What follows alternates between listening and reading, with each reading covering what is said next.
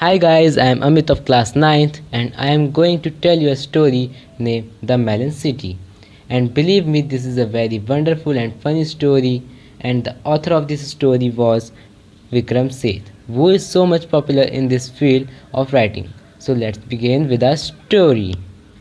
There was the king who planned to construct an ark, spanning the thoroughfare purpose.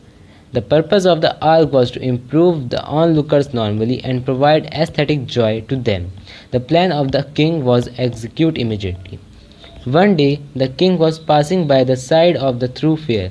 The ark constructed very low, so that the king's crown struck against it and fell it off. Immediately, the king responded negatively. He felt dishonored. He decided to hang the chief of builders. On the next day, the king called the chief of builders to hang, because it was his mistake that he made ark very low. Necessary arrangements were made for the hanging, such as planks, ropes, and gallows. The king said his servants to bring the builders on gallows, but the chief of builders says in his defense and shifted the responsibility to the laborers by saying that I didn't make the ark, all the laborers made it. On hearing so, the king adjourned the proceeding for a moment and then decided to have all the laborers for hang. All the laborers come to the king, but according to the laborers, it all happened due to the faulty of size of the bricks. And the bricks were made by the mason, not by laborers. Then the king agreed with the laborers and decided to have the mason hanged. So according to the laborers, the king summoned the mason and decided to hang him up. But the mason in their turn put the blame on the architect, and the king agreed with him. Then the king decided to hang the architect. The architect reminded the king that he had made certain amendments to the plan when they were shown for this approval. In a way, the architect indirectly put the blame on the king. So now you guys remember that builder blame workman, workman blame mason, mason blame architect, and architect blame the king. The argument of the architect left the king completely confused, and the king sought the advice of the wise men. But now at this point, Vikram Seth finds that in old time people believed that old persons were only intelligent and wise, and the young ones were not intelligent and wise. But this not only happens in older time, sometimes this happens in present time also. So let's continue our story. The king ordered to bring him the wisest man in the country. He was so old that he could neither walk nor see.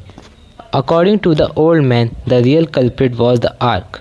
It was the ark that hit the ground violently and it fell off. So the ark was to be hanged. The ark was led to be scaffold. At the time, a councillor said that it would be very shameful act to hang the ark, that it hit the king's head. So we should not have to do that. The crowd was getting rest. In order to appease the mass, he should have to do something. The king commented that someone must be hanged, as if the public demand. The noose was set up. It was somewhat high. Each man was measured turn by turn. Interestingly, there was one man who was tall enough to fit in the noose, and it was the king. So his majesty was hanged. The minister heaved a sigh of relief that they were able to find someone, otherwise the crowd might have risen in revolt. Now the issue came up as to who would be the king of the state. The old custom was invoked. They sent out the heralds to proclaim that the next to pass the city gate would choose the king. An idiot happened to pass the city gate. The idiot was asked who was to be the king. The idiot uttered melon.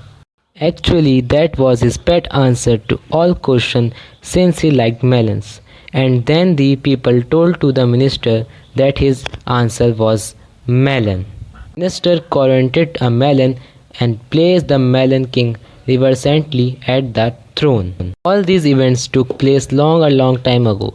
Now when someone asked the people how is it that their king appears to be a melon, they replied that if his majesty marks delight in being a melon, which is all right with them, seems that the principle of non-interference are well established in that state.